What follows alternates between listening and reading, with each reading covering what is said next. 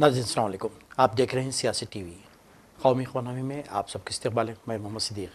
सबसे पहले सुर्ख़ियों पे एक नज़र डालते हैं।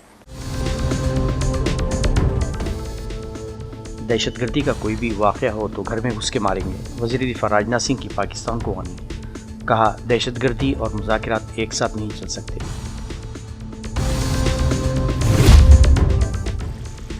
ऐसा कोई फ़ैसला ना करें जो मुल्की और शरई क़ानून से मुतसादिम हो। जयपुर में मुस्लिम मसला बोर्ड के इजलास में खालिद सैफुल्लाह रहमानी की काजियों से अपील।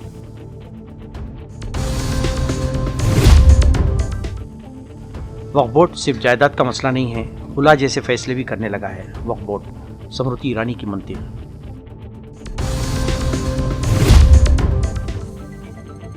हसन नसरुल्लाह की इसराइल के हाथों शहादत के खिलाफ आलम इस्लाम में गम गुस्सा। हिंदुस्तान के मुख्तलिफ शहरों में निकाली गई रैली।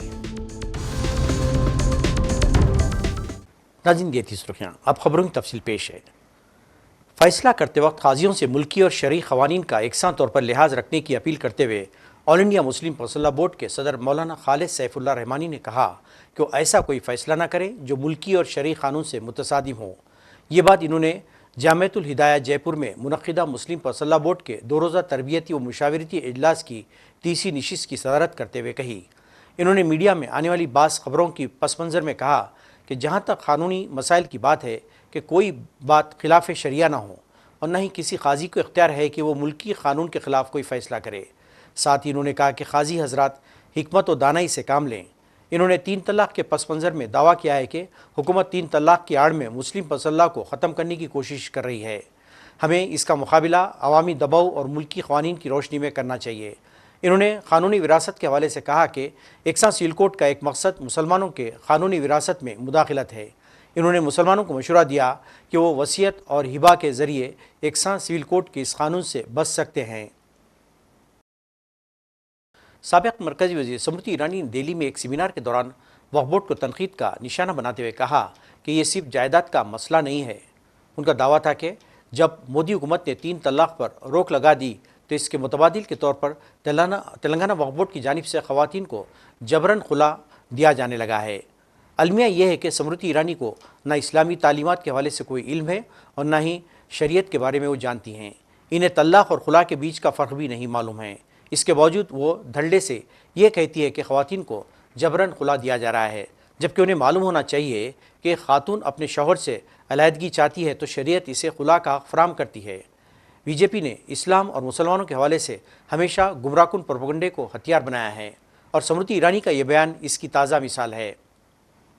जब हम एक संवैधानिक पद पर बैठते हैं तब हमें अपने धर्म की दृष्टि से नहीं, अपने संविधान की दृष्टि से जनता की सेवा करनी होती है। इसलिए आज निश्चित रूप से 2-3 बातें वक्फ बोर्ड के संदर्भ में जो मेरे अनुभव में मैंने देखी और मुझे थोड़ा उसको देखकर चिंता हुई, वो ये है। तेलंगाना में वक्फ बोर्ड ने खुला देना शुरू कर दिया।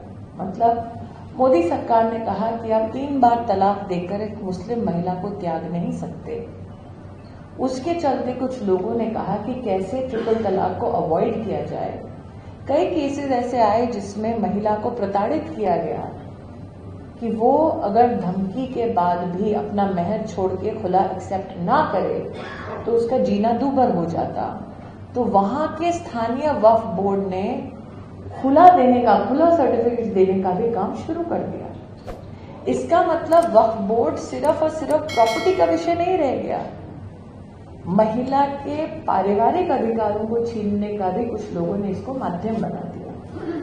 आंध्र प्रदेश में मंत्री रहते हुए मेरे सामने एक भयावह स्थिति तब प्रस्तुत हुई जब मुस्लिम समाज में से अहमदिया समाज मेरे पास आया और अहमदिया समाज ने कहा कि उनके प्रदेश के वक्फ बोर्ड ने उनको एक्सकम्युनिकेट कर दिया, मतलब नॉन मुस्लिम डिक्लेयर कर दिया, जो हमारा संविधान नहीं करता, जो सरकार नहीं करती।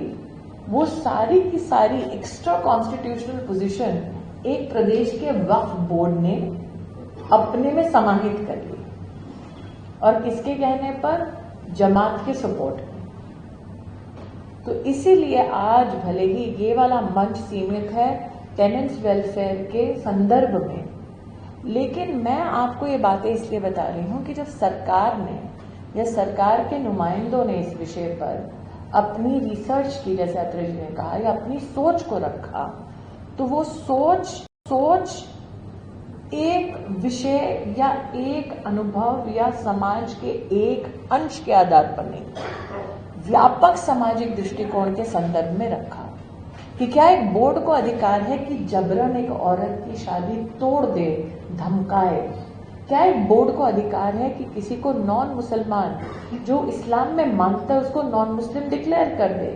क्या एक बोर्ड को अधिकार है कि जो मान लीजिए इस्लाम धर्म का पालन नहीं करता उसको भी कहे तुम भी वक्फ बना दो? तो इन सारे विषयों के ऊपर चर्चा और चिंता करने के बाद सभी, हाँ ये सत्य है कि ऑल इंडिया वक्फ काउंसिल की मैं पहली नॉन मुस्लिम चेयरपर्सन बनी, लेकिन जब मेरे पास ये जिम्मेदारी आई, ये जरूरी था कि मैं समाज को ये बताऊं कि भले ही मेरा धर्म हिंदू है, लेकिन मैं अपने धर्म का सर्वोच्च पालन करते हुए भी अपने संवैधानिक ड्यूटीज के प्रति सजग हूं। और मेरे धर्म के लिए इससे बेहतर मेरी कोई श्रद्धांजलि नहीं हो सकती कि मेरे धर्म ने मुझे समझाया है, मुझे सिखाया है कि जब आप एक जिम्मेदार पद पर हो तब आप निसंकोच अपने समाज, अपने राष्ट्र के हित को देखते हुए कदम। वज़ीर ख़ारजा जयशंकर ने न्यूयॉर्क में अक़वाम मुत्तहदा के हेडक्वार्टर में अक़वाम मुत्तहदा के 19वीं जनरल असम्बली इजलास से खिताब करते हुए पाकिस्तान को कड़ी तनकीद का निशाना बनाया। इन्होंने कहा कि पाकिस्तान सरहद पार से दहशतगर्दी को फ़रोग़ दे रहा है। The UN has always maintained that peace and development go hand in hand. Yet, when challenges to one have emerged, due regard has not been given to the other. Clearly, their economic implications for the weak and vulnerable need to be highlighted. But we must also recognize that conflicts themselves must be resolved. The world cannot be fatalistic about the continuation of violence on a large scale, no more than be impervious to its broader consequences.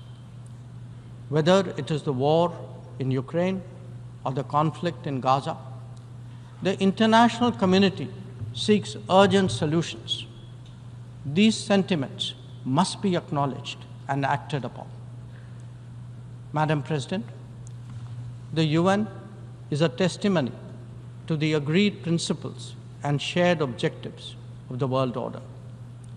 Respect for international law and commitments are among the foremost in that regard. If we are to ensure global security and stability, then it is essential that those who seek to lead set the right example. Nor can we countenance egregious violations of our basic tenets. Terrorism is antithetical of everything that the world stands for. All its forms of and manifestations must be resolutely opposed. The sanctioning of global terrorists by the United Nations should also not be impeded for political reasons. Madam President, many countries get left behind due to circumstances beyond their control. But some make conscious choices with disastrous consequences. A premier example is our neighbor, Pakistan. Unfortunately, their misdeeds affect others as well, especially the neighborhood. When this polity instills such fanaticism among its people, its GDP can only be measured in terms of radicalization and its exports in the form of terrorism. Today, we see the ills it sought to visit on others consume its own society. It can't blame the world. This is only karma. Madam President, a dysfunctional nation coveting the lands of others must be exposed and must be countered. We heard some bizarre assertions from it at this very forum yesterday. So let me make India's position perfectly clear. Pakistan's cross-border terrorism policy will never succeed, and it can have no expectation of impunity. On the contrary, actions will certainly have consequences. The issue to be resolved between us is now only the vacation of illegally occupied Indian territory by Pakistan, and of course, the abandonment of Pakistan's long-standing attachment to terrorism. मरकजी वजीर दिफा राजनाथ सिंह ने पाकिस्तान को इंतबा देते हुए कहा कि अगर भारत में कोई भी बड़ा दहशतगर्दी का वाक़या रौनुमा हो तो घुसकर मारेंगे। इन्होंने कहा कि भारत अपने तमाम हमसाया ममालिक बशमुल पाकिस्तान के साथ बेहतर ताल्लुकात कायम करने का ख्वाह हैं, ताहम दहशतगर्दी और मुज़ाकरात एक साथ नहीं चल सकते। राजनाथ सिंह ने मजीद बताया कि पाकिस्तान में दहशतगर्दी की फैक्ट्रियाँ चलाई जा रही हैं। हिंदुस्तान की हर सरकार ने पाकिस्तान को समझाया, लेकिन वो बाज नहीं आ रहा है। इन बातों का इज़हार वज़ीर दिफा ने गुरेज़ में चुनाव रैली से खिताब के दौरान किया। इन्होंने कहा कि आनजानी वज़ीर आज़म अटल बिहारी वाजपेयी ने इंसानियत, जमहूरियत और कश्मीरी का नारा दिया और पाकिस्तान के साथ बेहतर ताल्लुकात कायम करने की खातिर पैदल वहाँ चले गए, लेकिन इसका जवाब पड़ोसी मुल्क ने दहशतगर्दी की सूरत में दिया है। इन्होंने कहा कि जम्मू कश्मीर में 2 सियासी ख़ानदानों ने लंबे अरसे तक हुक्मरानी की और यहाँ के लोगों को मुसीबतों में डाल दिया। हरियाणा के गुरुग्राम में एक इंतखाबी रैली से खिताब करते हुए अमित शाह ने राहुल गांधी को कड़ी तनकीद का निशाना बनाया और इल्ज़ाम लगाया कि राहुल गांधी झूठ बोलने की मशीन है। अमित शाह का कहना था कि अगर अग्निवीर स्कीम के हवाले से राहुल गांधी ने झूठ फैला है। इन्होंने दावा किया है कि हर अग्निवीर को पेंशन वाली नौकरी दी जाएगी। राहुल बाबा जो है कांग्रेस के, जानते हो ना जरा? अरे जानते हो या नहीं जानते हो? ये राहुल बाबा ये झूठ बोलने का मशीन है। ये राहुल बाबा कहते हैं कि अग्निवीरों को इसलिए योजना लाए हैं कि सरकार उनको पेंशन वाली नौकरी नहीं देना चाहती। अग्निवीर योजना केवल और केवल हमारी सेना को जवान रखने के लिए बनाई रही। मैं आज कहकर जाता हूं हरियाणा की माताओं को, बहनों को, आपके नौनिहाल में सेना में भेजते वक्त मत झिझकिएगा। हरियाणा के एक एक अग्निवीर को हरियाणा सरकार और भारत सरकार पेंशन वाली नौकरी देने वाली है, पेंशन वाली। और मैं आज बादशाहपुर में कहकर जाता हूं 5 साल के बाद कोई अग्निवीर ऐसा नहीं होगा जिसके पास पेंशन वाली नौकरी नहीं होगी। किसी को डरने की जरूरत नहीं है। हिज़्बुल्लाह के सरबराह हसन नसरुल्लाह की इसराइली हमले में शहादत की तस्दीक के बाद दुनिया के मुख्तलिफ मुल्कों में गम व गुस्से की लहर पाई जाती है और कई ममालिक में एहतजाजी रैलियाँ भी निकाली जा रही हैं। हिंदुस्तान के मुख्तलिफ शहरों में हसन नसरुल्लाह की याद में रैलियाँ निकाली जा रही हैं। इसी सिलसिले की एक कड़ी के तौर पर कश्मीर में भी एक एहतजाजी रैली निकाली गई, जिसमें बच्चियों की एक बड़ी तादाद ने शिरकत की। एहतजाजियों का कहना था कि इसराइल हसन नसरुल्लाह को शहीद करके ये ना समझे कि हिज़्बुल्लाह ख़त्म हो चुकी है। उनका कहना था कि हर घर से हिज़्बुल्लाह निकलेगा, हर घर से हिज़्बुल्लाह निकलेगा। हिज़्बुल्लाह जिंदाबाद, हुसैनियत जिंदाबाद, हुसैनियत जिंदाबाद। आपने एक हिज़्बुल्लाह चीफ को मारा है, हर घर से हिज़्बुल्लाह निकलेगा। I am talking to the Israel, the chief minister of Israel. मैं हर उस इंसान से बात कर रही हूँ जो फलस्तीन के खिलाफ है। मैं लिबनानियंस को हौसला देना चाहूंगी कि वो बिल्कुल भी फिक्र ना करे, क्योंकि हम उनके साथ हैं। शिया कम्युनिटी उनके साथ है, हम उनका साथ कभी नहीं छोड़ेंगे, कभी भी नहीं। आपको पता नहीं है कि आपने किसको शहीद किया है। अब हर घर से इसराइल निकलेगा, अब हर घर से लेबनानियन निकलेगा, हर घर से हिज़्बुल्लाह निकलेगा। हिज़्बुल्लाह जिंदाबाद। हमारे सारे यहाँ पे इसलिए जमा हुए हैं क्योंकि हमारा आखिरी जिसका नाम सईद हसन नसरुल्लाह है और इसराइल वो शहीद किया गया है। इसराइल, लेबनान, फलस्तीन पे जितना भी अटैक करे हम पीछे नहीं हटने देंगे। हुसैनियत जिंदाबाद, हुसैनियत जिंदाबाद। और हाँ, जो हम इसीलिए जमा हुए यहाँ क्योंकि लेबनान में हिज़्बुल्लाह के कमांडर सईद हसन नसरुल्लाह शहीद हो गए। असली हम शहादत वादा से नहीं डरते, बल्कि शहादत ही हमारा ईमान है। और जो शहीद होते हैं उनको खुदा से रिज़्क मिलती है और वो ज़िंदा होते हैं। और ना हम पीछे हटने वालों में से हैं और ना डरने वालों में से, बल्कि हम डट कर मुकाबला करने वालों में से हैं और मजलूमों की हिमायत करने वालों में से। शुक्रिया। कांग्रेस सर मल्लिकार्जुन खड़गे इतवार को जम्मू में एक रैली से खिताब के दौरान स्टेज पर बेहोश हो गए, जिसकी वजह से चुनाव रैली में खौफ व हिरास फैल गया। कांग्रेस तर्जुमान के मुताबिक पार्टी सर की हालत अब मुस्तहकम है। इत्तलात के मुताबिक जम्मू में एक चुनाव रैली के दौरान कांग्रेस सर मल्लिकार्जुन खड़गे बेहोश हो गए, जिस दौरान स्टेज पर मौजूद कांग्रेस लीडर और इनकी सिक्योरिटी ने उन्हें संभाला। कांग्रेस जराये के मुताबिक मल्लिकार्जुन खड़गे की हालत मुस्तहकम है और इन्हें आराम करने का मशवरा दिया गया है। रैली के दौरान कांग्रेस के जम्मू कश्मीर इंचार्ज भरत सिंह सोलंकी ने कारकुनों से मुखातिब करते हुए कहा कि घबराने की कोई ज़रूरत नहीं, पार्टी सदर जल्द सेहतयाब हो जाएंगे। भाइयों और बहनों, आपने बड़े तफसीली के साथ मेरी बात सुनी, मैं आपको धन्यवाद देता हूं। और हमारे 7 गारंटी है महिलाओं के लिए, युवाओं के लिए, किसानों के लिए और अपने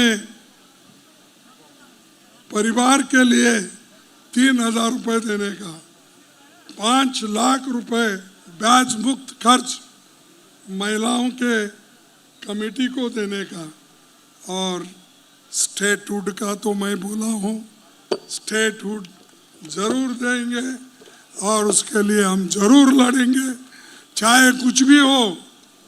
मैं ऐसा ही छोड़ने वाला नहीं। अब मेरे को तो 83 इयर्स चल रहे, इतना जल्दी मरने वाला नहीं हूँ। जब तक मोदी को नहीं हटाएंगे तब तक मैं जिंदा ही रहूँगा, आपकी बात सुनूंगा, आपके लिए लड़ूंगा। धन्यवाद। जम्मू कश्मीर के कटरा में एक इंतखाबी रैली से खिताब करते हुए प्रियंका गांधी ने वज़ीर-ए-आज़म मोदी को कड़ी तनकीद का निशाना बनाया। उनका कहना था कि वज़ीर-ए-आज़म मोदी लोगों को महज गुमराह कर रहे हैं। इन्होंने कहा कि वज़ीर-ए-आज़म की तकरीरों में ना तो संजीदगी है और ना ही अवाम के लिए कोई दयानतदारी। मैं मोदी जी का भाषण देख रही थी, यहां आ रही थी, मैंने सोचा देखूं मोदी जी क्या कह रहे हैं। शायद कटरा का भाषण था। भाषण को सुनते सुनते मुझे ऐसा लगा कि जनता अपने नेताओं से क्या चाहती है। थोड़ी ईमानदारी, कम से कम थोड़ी तो होनी चाहिए, थोड़ी सी सच्चाई, एक कर्मठता, एक गंभीरता कि जनता की क्या समस्याएं हैं, ये नेता समझ रहे हैं कि नहीं समझ रहे हैं। और मुझे उस मोदी जी के भाषण में लगा कि वो गंभीरता ही नहीं दिखी। वो कहने लगे कि 10 सालों से यहाँ का जो रेलवे स्टेशन है, हमने इस रेलवे स्टेशन को में सुधार हम लाए हैं, इसमें परिवर्तन लाए हैं। मैं सोच रही थी 10 सालों से आप प्रधानमंत्री रहे हैं, आप कटरा आके कह रहे हैं कि मैंने आपके रेलवे स्टेशन में सुधार कर दिया। विकास की एक धारा होती है, जैसे जीवन की होती है। एक समय में मेरी बहनें यहाँ बुजुर्ग बैठी हैं, वो रोटरी वाले टेलीफोन होते थे, आपको याद है, यूं घुमा के फोन करना पड़ता था। जम्मू से दिल्ली फोन करना पड़ता था तो बुकिंग करनी पड़ती थी, 2-3 हफ्तों बाद ट्रंक कॉल लगता था। आज सबके पास स्मार्टफोन है। परिवर्तन होता है, विकास होता है, रेलवे स्टेशन में सुधार होते हैं। ये कोई बड़ी बात नहीं है कि प्रधानमंत्री जी आकर इन छोटी छोटी बातों पर आपको कह रहे हैं कि देखो मैंने आपके लिए क्या किया। ठोस बात क्यों नहीं कर रहे हैं? मेरे मन में ये बात आई कि जो ठोस बात है, जो जम्मू और कश्मीर की जनता के हृदय की बात है, जो उनकी समस्याएं हैं, उनकी बात क्यों नहीं हो रही है? सच्चाई पर क्यों नहीं उतर रहे हैं हमारे प्रधानमंत्री? कि जब उन्होंने आपसे राज्य का दर्जा छीना तो क्या क्या छिन गया आपसे? वो रेलवे स्टेशन की बात करने से नहीं मिलेगा आपको वापस। वो ये कहने से कि मैंने जम्मू में आईफल टावर जैसा एक ब्रिज बनाया है, वो आपको वापस नहीं मिलेगा, वो आपका हक था। और उस हक के जरिए आपको बहुत कुछ मिलता था। अपने जमीन पर हक, रोजगार पर हक, छोटे कारोबारों को मजबूत बनाने का हक, जो सारा आज आपसे छिन गया है। वज़ीर-ए-आज़म मोदी ने मन की बात को मुल्क की इज्तिमाई हुसूलियाबी का इजहार और समाज में इज्तिमाइयत के जज्बे के एहतराम करने वाला करार देते हुए आज इतवार को कहा कि 10 साल के सफ़र ने एक ऐसी माला तैयार की है जिसमें हर शुमारे के साथ नई कहानियाँ, नए रिकॉर्ड्स, नई शख्सियात शामिल हो जाती हैं। इन्होंने मन की प्रोग्राम बात की 114वीं क़िस्त के खिताब में मुल्क की तरक्की के साथ साथ माहौलियात, सफाई सुथराई, कदीम आर्ट कल्चर, ज़बान की अहमियत जैसे मसाइल पर तफसीली गुफ्तगू की है। इन्होंने कहा कि ये एपिसोड मुझे जज्बाती करने वाला है, ये मुझे बहुत सी पुरानी यादों से घेर रहा है। इसकी वजह है कि हमारे मन की बात के सफ़र को 10 साल मुकम्मल हो रहे हैं। 10 साल पहले मन की बात 3 अक्टूबर को विजयदशमी के दिन शुरू हुआ था और ये इत्तेफाक है कि इस साल 3 अक्टूबर को जब मन की बात के 10 साल मुकम्मल हो गए हैं तब नवरात्रि का पहला दिन होगा। अबूधाबी में आईफा इंटरनेशनल अवार्ड की तकरीब के दौरान बॉलीवुड के फनकारों की नित नई बातें सामने आ रही हैं। बॉलीवुड की स्टार अदाकार अनन्या पांडे ने इस मौके पर मीडिया से बात करते हुए शाहरुख खान की तारीफ़ की और कहा कि शाहरुख खान ने हमेशा उनके काम की तारीफ़ की और इनका हौसला बढ़ाया है। उनका कहना था कि वो एक बड़े स्टार हैं, इसके बावजूद वो एक रहमदिल इंसान भी हैं और गुरूर तकब्बुर उनके अंदर दूर दूर तक नहीं पाया जाता। So the first time was my first stage performance ever with IFA, so I was very nervous. And this time also I was still nervous, but I think I had more fun this time. I was also dancing on some of my favorite songs of the year. I danced on Jhumka and Karan was sitting in the audience, so I think I just like fed off the energy of the audience. Yes. What was your favorite part? My favorite part was all of it. I was going to say the end, but that's not true. I think before I go on, I'm like, okay, I can't wait for it to get over. But then once it's over, I'm like, I wish I could do it all over again. I think nothing compares to the rush of being on stage. And you know, Shah Rukh is back on stage after so long. Yeah. I want to go and watch it. I've only been seeing like quietly from backstage, but I want to go sit in the audience and just laugh and enjoy myself. नाज़रीन, आखिर में सुर्खियों पे कौन दहशतगर्दी का कोई भी वाक़या हो तो घर में घुस के मारेंगे। वज़ीर दिफ़ा राजनाथ सिंह की पाकिस्तान को वार्निंग, कहा दहशतगर्दी और मुज़ाकरात एक साथ नहीं चल सकते।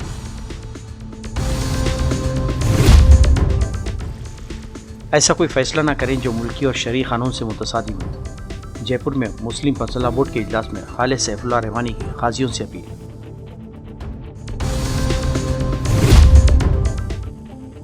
वक्फ बोर्ड सिर्फ जायदाद का मसला नहीं है, खुला जैसे फैसले भी करने लगा है वक्फ बोर्ड, स्मृति ईरानी की मंतक़।